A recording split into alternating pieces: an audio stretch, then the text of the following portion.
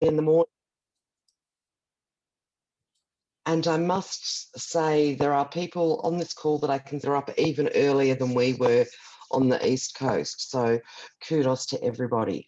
I'm Michele Dunscombe, and I'm actually coming to you today from lands that aren't so familiar to me. I'm actually on the lands of the Ngunnawal and the Ngambri people here in Queanbeyan, which is just outside of Canberra. My normal stomping ground is the lands of the Tunarung people in Victoria, but given lockdown, I find myself on the road so that I can do good work in the world. So thank you all for joining us, and it gives me great pleasure to also introduce my co-facilitator, Dee Brooks. So Dee and I both come from the Yida Institute, and it's okay if you saw it and read it as Jeddah, or however you pronounced it, it's all good. What it means is the Everyone Institute. So Yida is a German word, and we are an unusual organisation because we have a very flat structure. So some of you may be familiar with next stage organisations or teal organisations, which is what we are. And myself and Dee, and I think Fiona, one of our colleagues, is on the call as well, from the community building team of Yida. So we do predominantly asset-based community development work around the globe, and also obviously in Australia. And it's been one of the gifts that COVID has given us, is that we've actually spent a lot more time here in Australia in the last 12 months than we would normally do. So, you know, we always try and take any goodness that we can from this COVID space that we find ourselves in. We will unravel like onions throughout the session, but we're not going to give you the big formal who we are and what we do, beyond the fact that, as I said, I'm coming to you from Canberra, Dee's coming to you from Bendigo in Victoria, and you know, between the two of us, we worked out we have over 40 years combined community development experience in a whole lot of sectors, from youth, early years, disaster recovery, etc. So clearly when you look at us on the screen, you can tell that we started at a very, very early age. You know, in fact, I'm maybe it was in utero, so given our youthful appearances. Now, I am going to share my screen with you, and we're going to take you on a journey this morning with us around coming together and strengthening our communities. So we're going to share some tools on how we engage, activate, connect, mobilise, and most importantly, celebrate. It's sometimes something that we forget to do,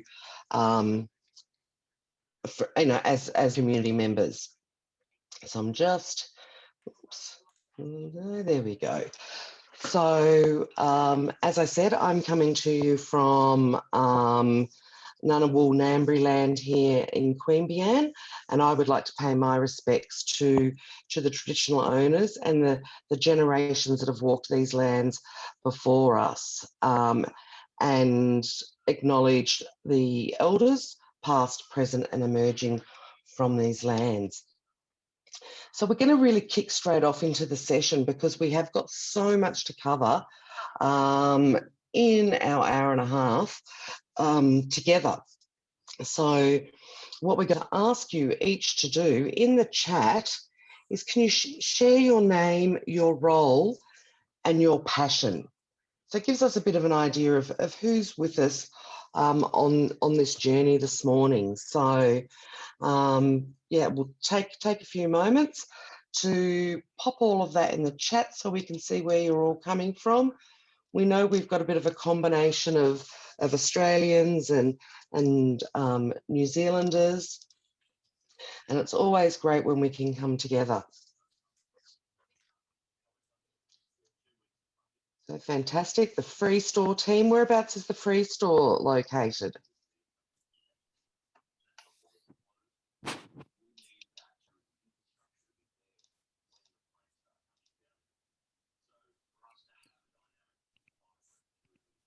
fantastic. And I'm going to just say Wellington, because the rest of it I would hate to muck up the trying to pronounce that. So thank you. Connecting rural communities. Thanks for that, Jess. That's one of my passions as well. I live in a small rural community of 1,500 people, and it's my favourite sandpit to play in is when I'm working with people in the bush. Wonderful. We can see lots of you joining us. We've got a big group joining from, where are you guys? The Community Facilities Trust in, is it Kaipati Tiki? Or have I just totally messed that up? Great to see you, Linda, from the Red Cross here in Australia. Wonderful. So if you keep populating and you're going to have a chance to connect with each other, it's great to see so many people from all over the place. I am not going to try and pronounce all of these Kiwi names because that would be disrespectful and dishonour the great pronunciations you guys have for towns. So I am now going to hand over to Dee, who is going to kick us off with our intro to ABCD. Thanks, Dee. Thanks, Michelle. Yeah, thank you. You just keep going. So, yeah, I'm Dee. I'm on the lands of the Jar Jar Wurrung people today. And I always like to kind of preface our work, Michelle's and mine, that at our core, we are grassroots workers. So anything that we share with you is because we have applied it. It's something that is, really key to our practice.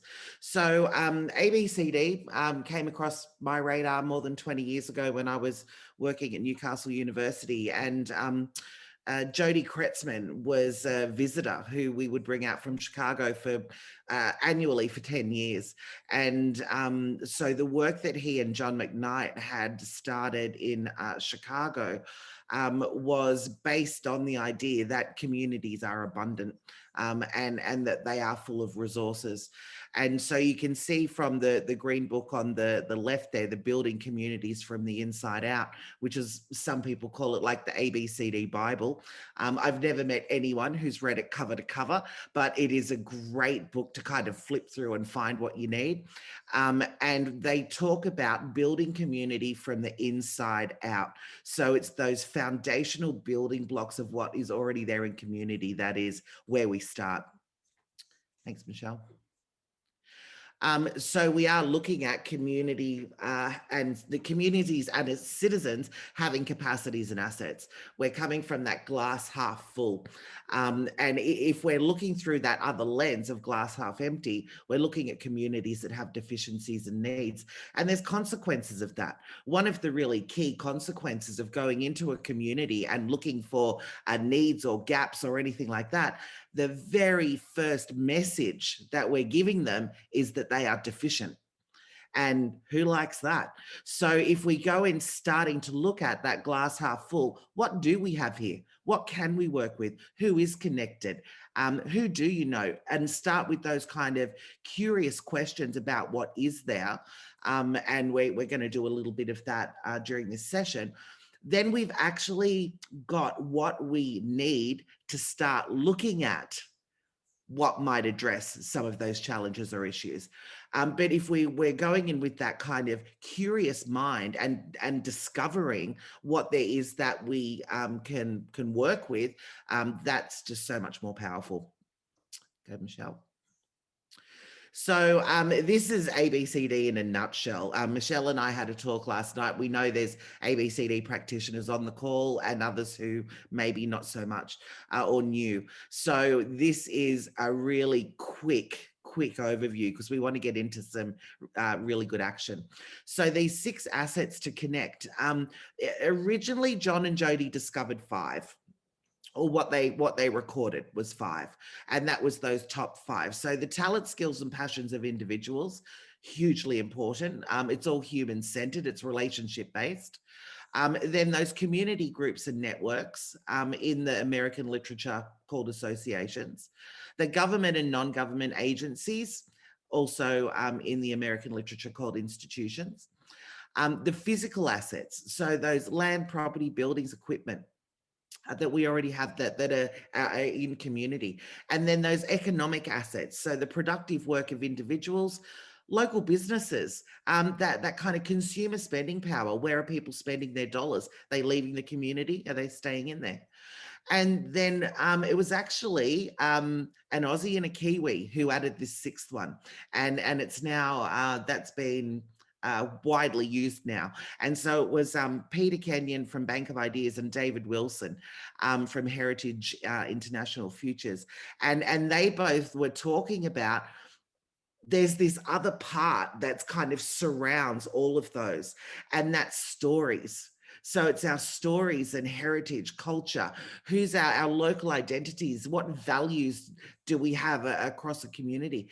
And so that was added in a really strong way to kind of build on that storytelling and story sharing and the power of stories. You know, stories stick like glue, and we remember stories long after the theory is forgotten.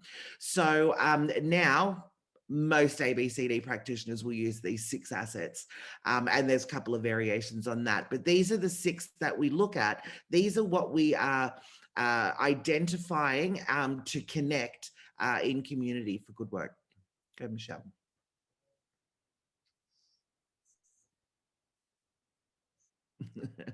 So then these three drivers, this came out of a conversation with Mike Green, who is one of my favorite ABCD people in the world.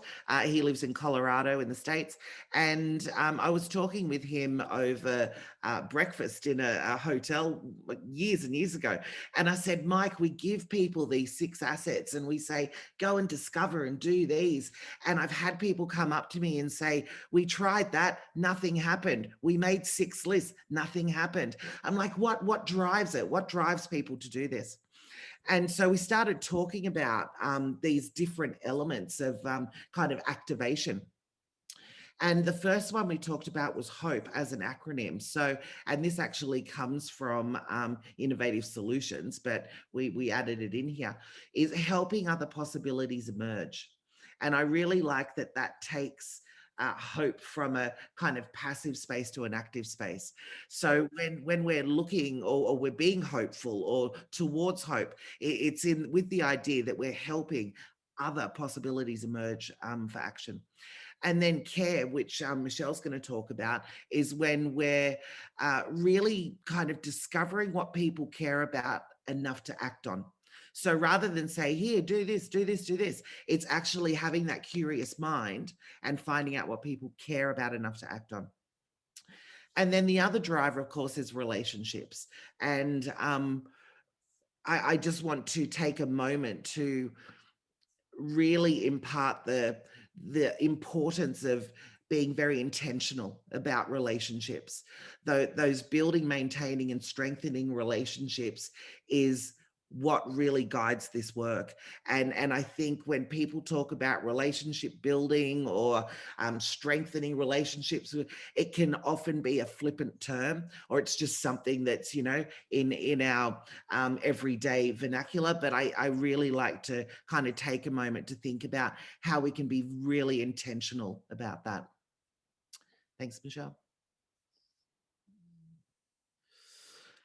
And then these values, these came from the faculty of the ABCD Institute, which is at this moment shifting from not being a faculty anymore and to throwing its doors wide open, and anyone and everyone can come in and be a steward. So it's been quite a journey to get to these values. And Michele and I are both faculty members, well, stewards. And this was from a few sessions that we had as faculty members, started off face-to-face in Chicago in 2019, and building on the wisdom and experience of 70 people, you know, from around the world, and developing what these values are.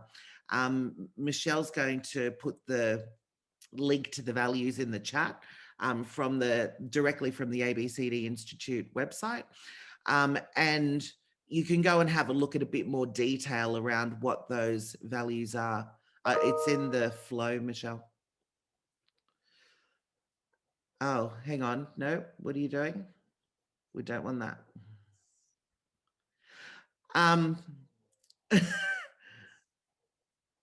Okay. So these values that came from these faculty members were based on practice. There was academics who were in the group.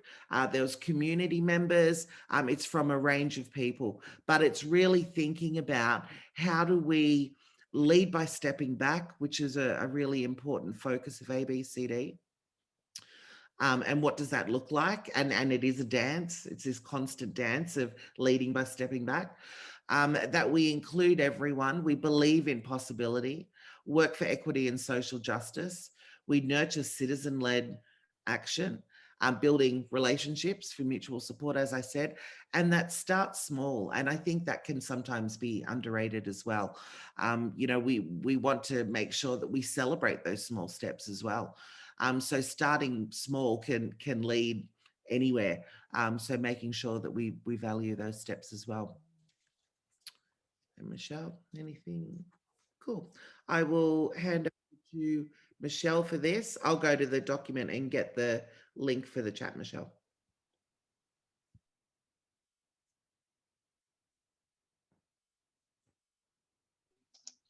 Thank you, Dee. Clearly you can see I'm being very Zoom challenged at the moment. So when we, and thank you for that very brief overview, Dee, and for everybody that's here, there's certainly a lot more that you can discover. I've just realised that I can't share my screen and look at any other document, so I'm flying blind at the moment.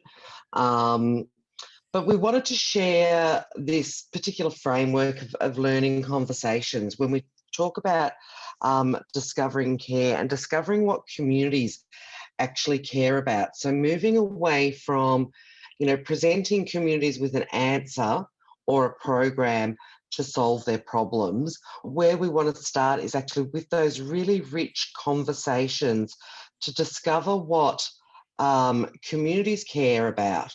Where are their passions? How do they see a problem? Sometimes we can label communities from outside, and it actually doesn't ring true to the community themselves. And quite often, you know, I spent many years working in bushfire recovery after the 2009 fires in Victoria.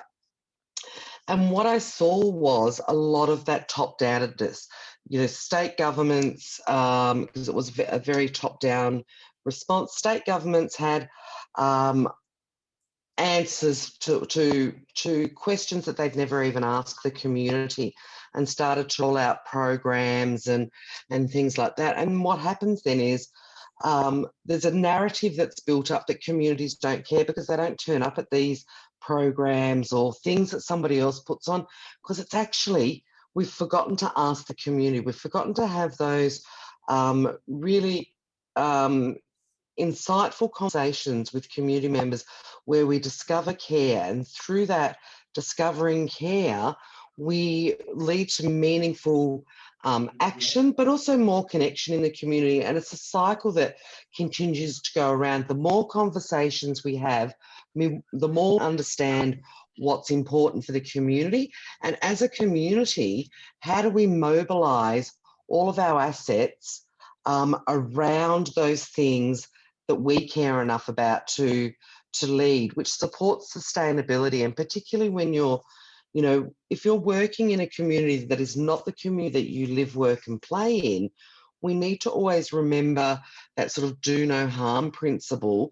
And it's the stuff that we're sharing with the community, building capacity to enable sustainability once we as a worker or our organisation are out of that space, so that we're supporting communities to be active in designing their preferred futures, rather than being participants of programs that somebody else has designed. And, you know, for example, we see a lot of things designed from central offices. So, you know, in Wellington, that we think going to work well if we roll it out in Dunedin, Invercargill, the Bay of Islands, and none of those communities are the same.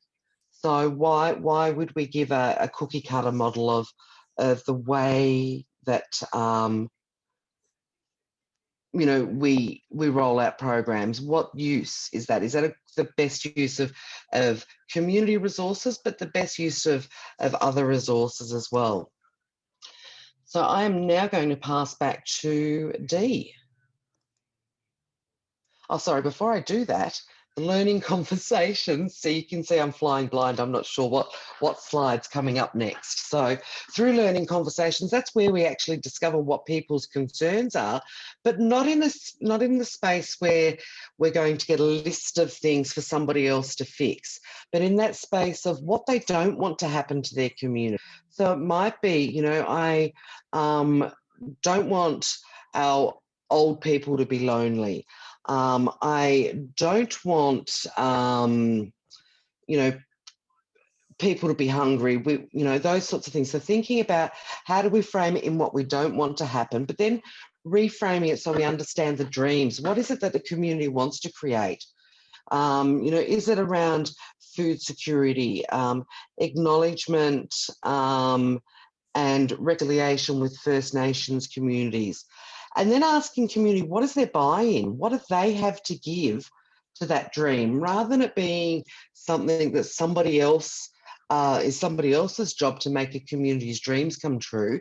What is it that we can do together, bringing in all of those skills and abilities and the 6 assets that Dee spoke about? How do we connect them up so that we actually support what's strong in the community rather than starting from that place of what's wrong? And now I'm handing over to Dee. So thank you. Thanks, Michelle. I'm handing back to you because you're doing this bit. Thank you, Dee. Okay, I'll just take a breath. I am a little bit stressed because I am not used to using this particular program and screen sharing. So, and realizing that I can't do anything else whilst I'm doing this. So. What we're going to do now is, when we talk about the gifts of individuals, in some places, some communities have been told for so long that they have nothing, and that the people that live in those communities are less than. We tend to label communities in all sorts of ways, and when we do that in that space of a needs assessment, we're telling communities that they're broken. And quite often what the impact of that is that people in those communities actually don't believe they have any gifts. They've never been asked what their gifts, skills and passions are. So we use this framework that some of you may be familiar with, the head, heart and hand exercise, but we've expanded that a little bit to include gifts of the heel and human connection. So I'm just going to go through each one of them briefly, and then we're actually going to spin you all out into breakout rooms, so you can have a bit of a conversation with the other people you find in your space, sharing your gifts. So firstly, when we think about the gifts of the head, they're not things that you're an expert in or that you've done a PhD in, but it's those things that you know something about and you enjoy sharing with others in your community or others in your social network. So we've got a couple of examples there. You know, it might be art, history, movies, birds, whatever it might be. Then thinking of the gifts of the hands. So they're the things that you like to do, you know, those active activities where you're actually, you know, using your hands, whether it's carpentry, gardening, cooking, sport, whatever they might be. Then thinking of the gifts of the heart, what is it that you're really passionate about? Those, you know, causes or things that are happening in your community. It might be, you know, environment, it might be inclusion, whatever it might be. What is it that, those sorts of things that keep you awake at night, or you have those reoccurring, what else could it look like? Sort of thoughts in your head when you're, you know, thinking about those things that you're really passionate about. How do we make the changes that we want to see in the world? Then we have the gift of the heel, and whilst we, on the slide there, you'll see it's spelled H-E-E-L. Quite often, we frame it in the way of H-E-A-L. So thinking about what is it that you do to keep yourself calm or grounded when you're working with your community or when you're working in a community. So, you know, those things, that those self-care things that we think about, so whether it's walking, you know, meditation, yoga, anything that we do that helps us be really present for the community that we're working with or that we live in. And then finally, gifts of human connection. So what do you do to stay connected to your community?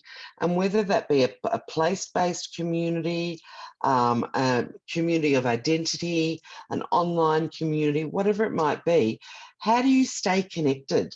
You know, is it that you join a local group? Is it that you participate in online conversations? Is it that you just wander around the neighbourhood and yarn with people as you come across them? And some of the best community connectors are people that do that. Walk their animals around the community, stop and have yarns, know who does what, who, you know, how people are connected to the community as well. So that's the conversation we're going to ask you to have when you go to the breakout room. So thinking of the gifts of the head, hand, heart, heel, and human connection.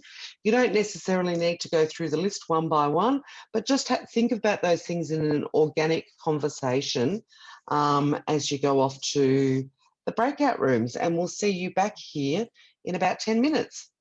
Awesome.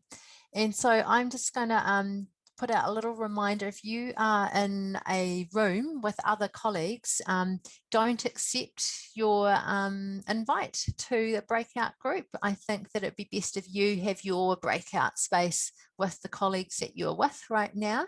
So just putting that out there. So I'm going to send you off into those breakout rooms. It's all randomly assigned thanks to Zoom, but you will need to accept your invitation into that space and make sure that you greet each other and pass on some introductions. So yay.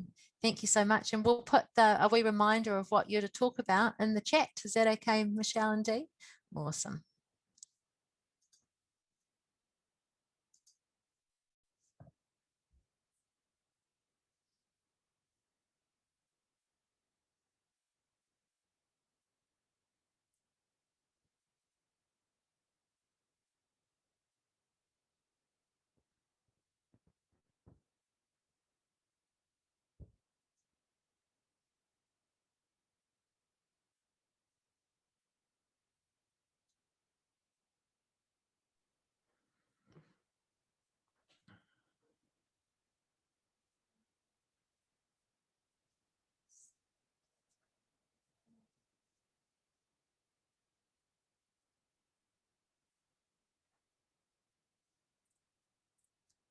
Awesome. Everyone going okay with finding their way to the breakout room? Should we pause the recording? Anna? Yes. Yeah. Do you want us to hang up and rejoin? Because obviously we're a big group, or are you happy for us to just stay on the line? Yeah, it might be more comfortable for you if you hang up and rejoin. Yeah, Also, I'm thinking, just trying to think how to manage that. Yeah, so I think that's probably easier, isn't it? Yeah, that's fine. We can do that. How long Otherwise, we're going to be hovering in the background of your Conversations went. So you feel free to unmute yourself. I know we had, I think it was 10 or so groups in conversation, but just a couple of people. I'd love to hear what it was like, that process and having those conversations. I'd be happy to speak if I may. Wonderful. My video on. I loved it. My name is Marlies. I live in Auckland, Te Aratu South, and I would have loved more time. Really interesting things coming out of the conversation, and about the gifts that we have to give. So that's my contribution. Love more time. Wonderful. Thank you. Do you mind if I say a quick hi? Is it cool? Yeah, sure, Claudia. Cool. I just want to say that the instant I got in there, like we actually ran out of time to do the real exercise, but the sense of right, but the sense of whakawhanaungatanga, instantly there was a connection. There was just that bringing together of these. Like I so hope that I get to see these women again because they were all amazing, and it was awesome, and instantly had a sense of what that exercise achieves in. If we're the micro of the macro, then what we achieved in 15 minutes exponentially could be. Yeah, absolutely. And when you do it in community, even though we have that, sometimes we make assumptions that everybody knows everybody, particularly in small rural communities. We think that everybody knows who does what stuff and who loves what. And actually, you know, quite often we know people in our community, we know who they are, and we'll say g'day to them down at the market or whatever, but we don't have deep and meaningful conversations. So it's always a good reminder of being able to find out what, what passions that we've got. So let's hear what were some of the gifts that you heard from people that you were in conversation with?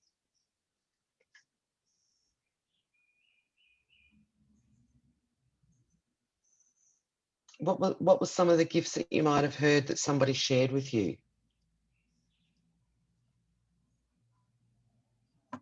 Hi, it's Nikki here. Yes, Nikki.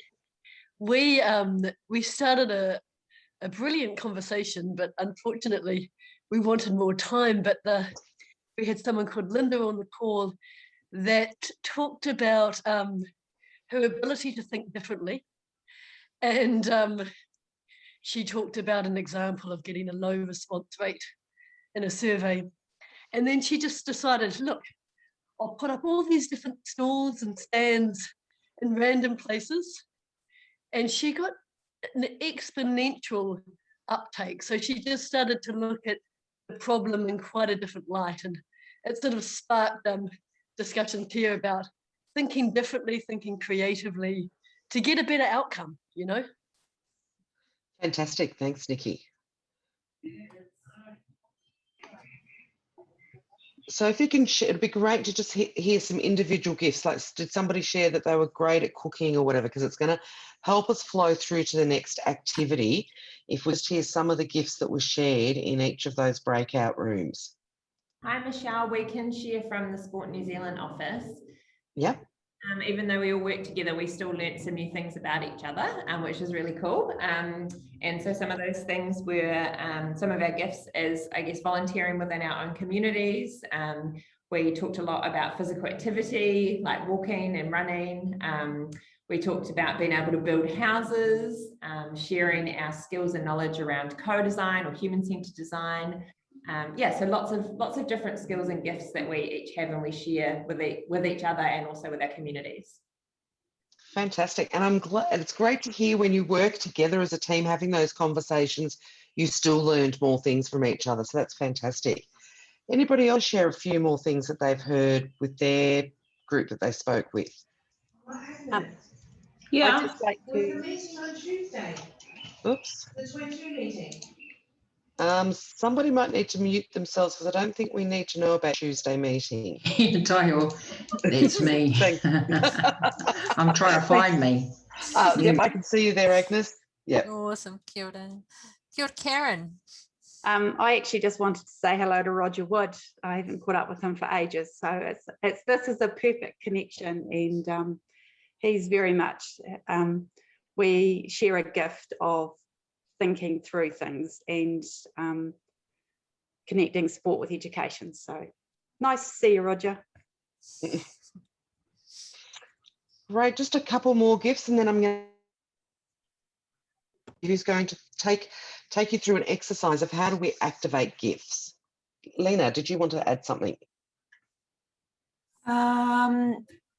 We talk about the gift of walking and how what's important for us, but we also discuss about the limitations that sometimes we have if we don't have time, or we are to focus on our work, or if the location doesn't help. You know, one of the persons in the room live in a rural area, so it's not many opportunities that she have to exercise or go for walks. So we talk about that. Mm-hmm. Fantastic. Feel free to add any of the gifts that you discovered in your group in the chat as well. Yeah, beautiful. So I can see the strength of curiosity is in there. We've got the gift of presence. Any other gifts? Michelle, one of the gifts that we talked about in our group was that as people who believe in this way of working, the gift that we actually can bring is to share that with organisations to build the change so that we're all working the same way. So it's about that changing of time and the changing of, you know, the importance of building the relationships. So that was a gift that as a group, we thought that was a really great gift to have. Yep, so fantastic. Thanks, Fiona. So I can see we've got networking, perseverance. I like that, Fiona, about, you know, shaking up the system so that it works differently as well.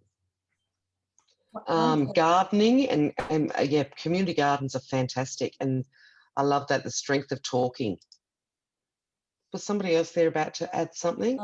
Yeah. So I was just about to say, one of the women in my little group spoke about being able to see the bigger picture, and that really resonated with me because I think it's such a critical component. I think we all have to have that gift to be able to really work and move forward in that community space, because it's so much about the bigger picture. Fantastic, thank you. And then we also have one in the chat there on holding on to hope and each other's resilience. So fantastic. Thank you for sharing that. And look, it's a great tool, but don't ever walk up to anybody in the community and say, hi, I'm Michelle, tell me about the gifts of your head, heart, hand, heel and human connection, because they're going to. But it's just a good framework to have in the back of your mind when you're meeting new people, when you're connecting with the community, when you're having conversations about gifts and helping people explore what gifts they have to offer when they say we have nothing. Particularly young people quite often will go, I don't know. And there's a whole lot of creative ways that you can explore people's gifts in a way that we can then use that to, you know, once we uncover people's gifts, we can then activate in community towards whatever it might be, towards any local initiative or change. So I'm now going to hand over to Dee, who's going to take you through a bit of almost a little bit of a social technological experiment. So over to you, Dee. Thanks, Michelle. I've been looking forward to this bit for a week. We've talked about it with Michelle and Anna, and we could do it in different ways. We could do breakout rooms, and we went, nah, let's experiment. Let's see how this goes with a really large group online. So we're going to look at activating those gifts. So while Michelle was kind of unpacking and grabbing those from you, I was typing them up into a list, these different gifts. So we're going to show you a tool now that doesn't actually have a name. It is from the ABCD work. We just call it Know, Teach, Learn because that's what it does. So we're going to share a Google Doc. I'll put it in the chat in a minute, not quite yet. And I'm going to share the screen first and show you what it looks like. And then I'm going to give you all the link. Anna's going to put you into breakout rooms and you're going to populate this document together. And we're just going to see how it goes. Big experiment. Now, the main things to think about this is there's 51 people on the call and some rooms have multiple people in them. So you're going to be adding your name. I will show you the list now. So these are the gifts that you all just talked about. I've added a few there. So we've got these 3 columns called know, teach, and learn. So what I'm going to ask you to do while you're in the breakout room, having a bit of a discussion with people, only going to have about 10 minutes. If you know about volunteering, write your name. If you, let's say, build houses, you know how to do that, and you could teach it, put your name there. If building relationships is something you'd like to learn, put your name there. So put your name as many times as you like. You can just keep going. So the bit of an experiment part of this is, on a Google Doc, for anyone that's used them before, sometimes when you go to write, someone else is already there and you write over the top of each other, or you accidentally delete someone or they delete you. Like, let's just do this with compassion and kindness and let's just see how we go. So you're going to have 10 minutes. The Google Doc is in the link now. You can all jump on there. Don't worry about the link that's on the document at the moment. That's a blog about this tool that you can look at later. You can also download this Google Doc and use it if you like. But for the moment, go into the breakout groups, have a discussion, start to put your name in these different areas. So no, I'm not going to ask any questions because people might ask too many. I reckon we just go for it. So Anna, if you want to put people in the breakout rooms, and we'll see how we go, and see you in 10 minutes. Awesome. I'm going to do that right now. And just to warm welcome to those who have joined us recently. And I believe you're going to be assigned to a breakout group. So you might just want to say a quick kia ora when you arrive. Yay. Here we go. I'll change it. The links I need. Good. Hi. I mean, I think one of the things that came up for me with that was that as people started to talk about it, it actually gave you a freedom to talk about what you were good at, where you might otherwise hold back on that. So it just sort of started a whole momentum of it going. Lovely. I love that. Safety. Yeah, lovely. Victoria, were you going to? Yeah, I can speak for myself personally. I tried to shoot in the middle because I thought maybe I won't, I could prevent myself from overwriting other people and that. I like to be polite in my interactions. Right. So I took your point about, don't delete others and things like that. Good. But then I had to, do a space bar, and then I saw, okay, I can start typing now. Yeah. Excellent. So I learned as I was doing that I wasn't, Yeah. Good, good. So giving that spaciousness. Yeah. Nice. And it was interesting. We're like, are we supposed to be talking about this now? In our breakout room, talking and typing, and yeah. And that's a good point. This is a bit of an artificial environment. So this is kind of sharing a tool and how quickly and instantly this can happen. But you would never do it in 10 minutes with a group or, people who you were surrounded by. So yeah, you would have much more time. What else did people notice? What about how many names were in some? Were there spaces that had no names? What were the thoughts around the process and how it works? I liked that you could think that, like it was a bit of self-reflection. So you might think that you know about something, but then it was, well, could I teach it? And do I need to learn more? And I found sometimes if the wording was there, was I interpreting the wording correctly so then there was a little bit of indecision about that, but it did make me think about that whole process rather than just it's okay to know about something. Excellent. Thanks, Karen. And that's a really good point about, because we've certainly had it happen where people have put up, yes, I know about something and they don't put teach, but what that opens is a conversation.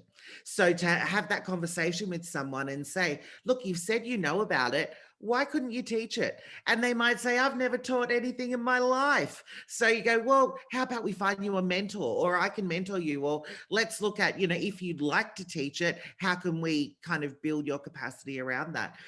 Or if you really don't want to teach it, who else do you know who might be able to? So I kind of see anything that is a hesitation or a space or an I don't know is an opportunity for a conversation.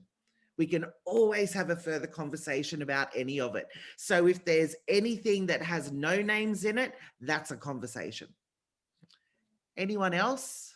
I think one of the things I found when I was going through the no's, I would see that I knew a little bit about stuff. Then I looked at the teach and thought, oh, I don't feel that I know enough to actually teach it. Oh, no, I need to learn more. So my learning name is up there quite a lot, because I think there's so many things I just want to know more and more and more about. Yeah, beautiful. And I've seen people who have put their name for the same thing in no teach and learn. Yep. So absolutely. Now, the other thing that we just absolutely love about this is if you look at the learn columns, and they're always packed, you've got instant groups. You've got instant peer-led groups that are there. So even if you don't have someone who can teach it, you've still got an interest group. You've still got people who can come around having a bit of a brainstorming discussion, or just a like-minded conversation over coffee, or whatever it is. But those instant groups are just incredibly powerful. Any other comments? I can see this as a fantastic collaboration tool. We're doing a lot of work in the concept of regenerative recovery in the Queenstown Lakes District.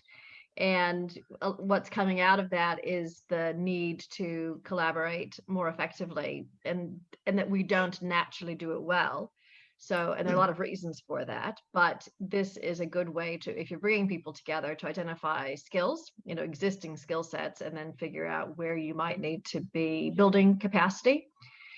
So I will definitely use it in that kind of way. Excellent. Thanks, Kathy. And so thinking that this is a tool that we've used in our team, in our organization, in communities, you apply it wherever and whenever you can think of it. I've seen other people who have put another column, and they've added one that was like a willingness to be part of something in the future, put contact details. There's a whole lot of other stuff. Like, this is just the bare bones of it, and feel free to explore it and experiment and play with it more. So that's just that in a nutshell. I just want to go over a couple of things. Michelle's going to share the screen for us. And thank you all for the experiment. That was amazing.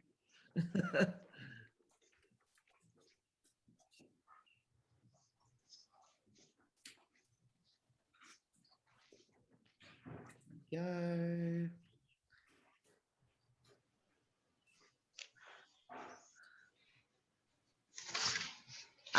Yeah, the 4 questions of A, B, C, D, we can leave those with you. We won't look at them in detail, but this is some of the around what is it that residents can do on their own. What can they do with a little bit of help? What is it that government and agencies need to perform on their own? And what do government and agencies need to stop doing? So we'll just leave those with you as for thinking about later, and feel free to use these broadly and widely. And all the slides will be available to you. Thanks, Michele. So asset mapping, some people feel very strongly about the activation of our strengths and assets in community being something that is, well, of course, community led, but that when we're discovering the assets and we're connecting them together, sometimes for us, particularly in services or agencies, the job isn't done there, and that's quite often where people will stop. They'll make that connection. That's great. is there a little more we can offer? How can we create the opportunity for these assets to be productive and powerful together? And that's part of this leading by stepping back. So rather than us saying to community, this is what we think that you need to do and it's in our strategic plan, we're actually saying, we've got an office space that you can use, or a meeting space, or a hall, or somewhere that you can meet with your interest group or your like-minded people, whatever it might be, and let us know how we can help you. So it's really creating those opportunities where those assets can come together. Thanks, Michele.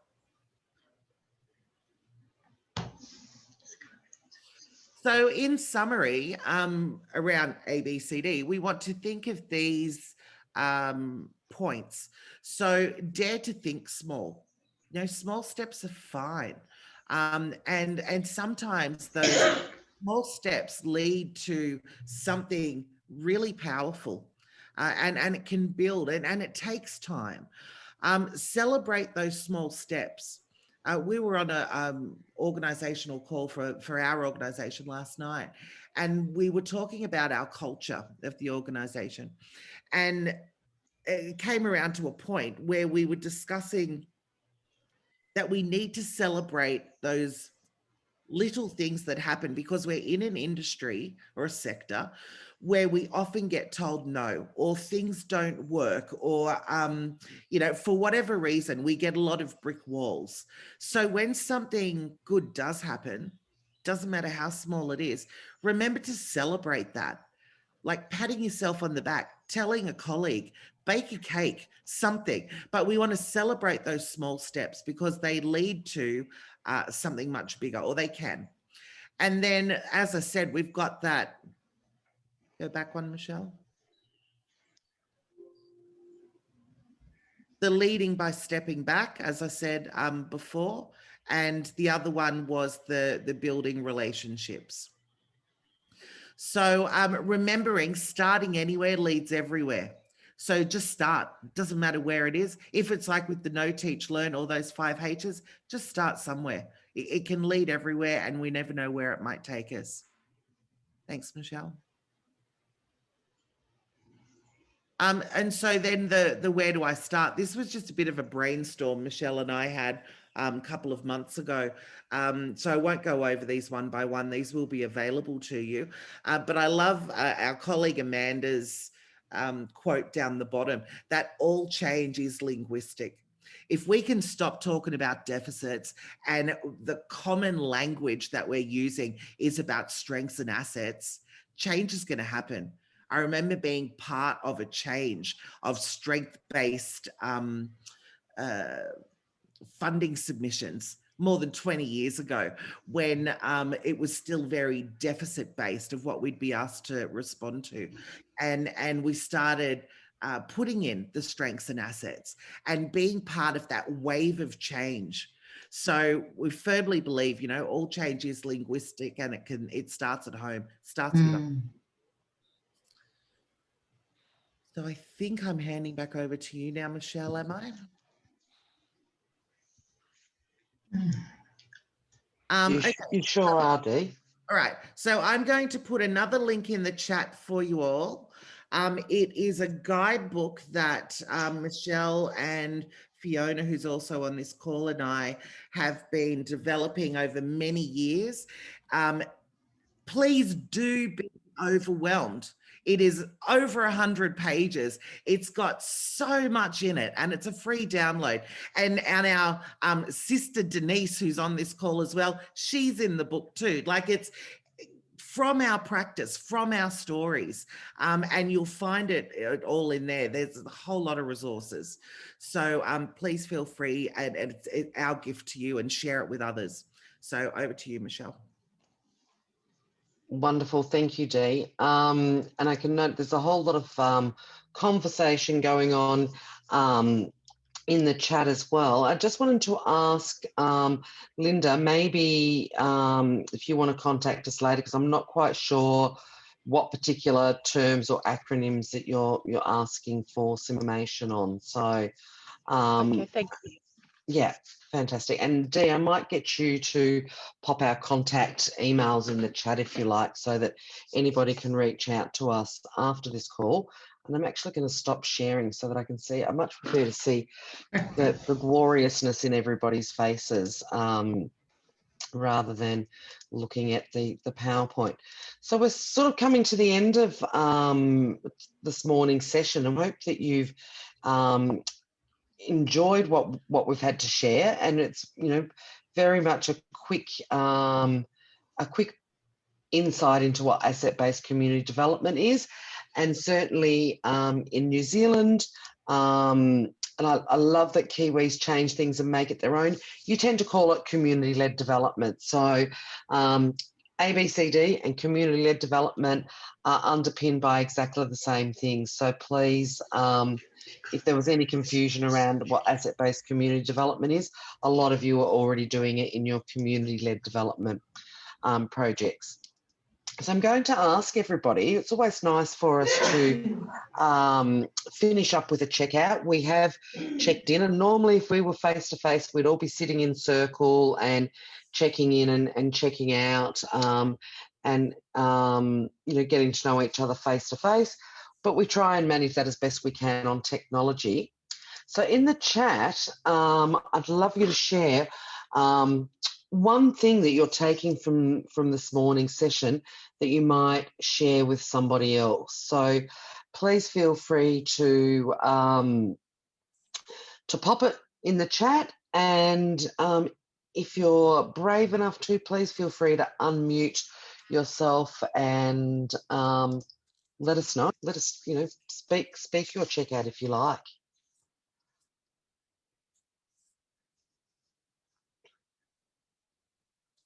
Oh, I just love the simplicity of the language. You know, whether it's, I think about the language for us in terms of the Māori Reo, and then the language for us in terms of healthy families and the co-designing space. And but I do think the language in today has been far more simplistic.